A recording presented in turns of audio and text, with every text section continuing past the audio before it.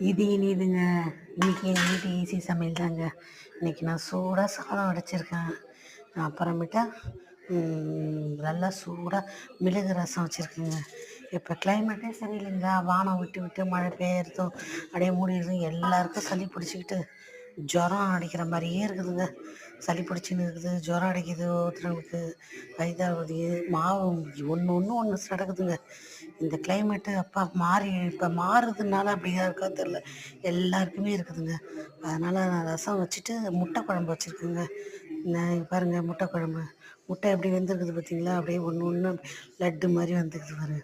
அதனால் நமக்கு எத்தனை முட்டை வேணாலும் முட்டை குழம்பு வச்சுட்டு ஒன்று ஒன்றா உடச்சி ஊற்றணுங்க. ஊற்றினே அப்படியே அது வெந்த உடனே தேங்காய் அப்படியே ஊற்றி இறக்கிட வேண்டியதுதாங்க.